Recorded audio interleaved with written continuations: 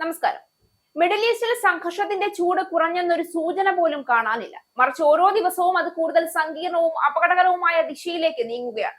ഇപ്പോൾ ഹോർമൂസ് കടലിടുക്കിനെ ചുറ്റിപ്പറ്റിയുള്ള പ്രതിസന്ധി വീണ്ടും ലോകത്തിന്റെ ശ്രദ്ധ പിടിച്ചുപറ്റുമ്പോൾ ഇറാൻ പ്രസിഡന്റ് മസൂദ് പെഷഷ്കിയാൻ നടത്തിയ ഒരു പുതിയ മുന്നറിയിപ്പ് ഈ സാഹചര്യത്തെ കൂടുതൽ ഗുരുതരമാക്കുകയാണ്. ഹോർമൂസ് കടലിടുക്കിലടക്കം അമേരിക്ക തുടരുന്ന ഉപരോധം അവസാനിപ്പിക്കണമെന്ന അന്ത്യശാസനവുമായി ഇറാൻ പ്രസിഡന്റ് മസൂദ് പെഷഷ്കിയാൻ രംഗത്ത് വന്നു കഴിഞ്ഞു. ഇതുവരെ ഇറാന്റെ ക്ഷമ എന്താണെന്ന് ലോകം കണ്ടു. എന്നാൽ ഇനിയും ഞങ്ങൾക്ക് ക്ഷമിക്കാനാവില്ല. നാവിക ഉപരോധം തുടരുന്നത് ക്ഷമിക്കാൻ ഇറാന് കഴിയില്ല എന്നും മസൂദ് പെഷഷ്കിയാൻ വ്യക്തമാക്കി. ഈ നാവിക ഉപരോധവും യുദ്ധം തന്നെയെന്നും ഇനിയും തുടർന്നാൽ കടുത്ത തീരുമാനമെടുക്കുമെന്നും ഇറാൻ പ്രസിഡന്റ് മുന്നറിയിപ്പും നൽകി. പശ്ചിമേഷ്യൻ സംഘർഷത്തിൽ അമേരിക്ക ദയനീയമായി പരാജയപ്പെട്ടെന്ന് ചൂണ്ടിക്കാട്ടി നേരത്തെ ഇറാൻ പരമോന്നത നേതാവിന്റെ പുതിയ സന്ദേശവും പുറത്തു വന്നിരുന്നു. മിസൈൽ ആണവ ശേഷികളിൽ അമേരിക്കയ്ക്ക് വഴങ്ങില്ല എന്നും മുജ്തബ ഖമേനി വ്യക്തമാക്കിയിരുന്നു.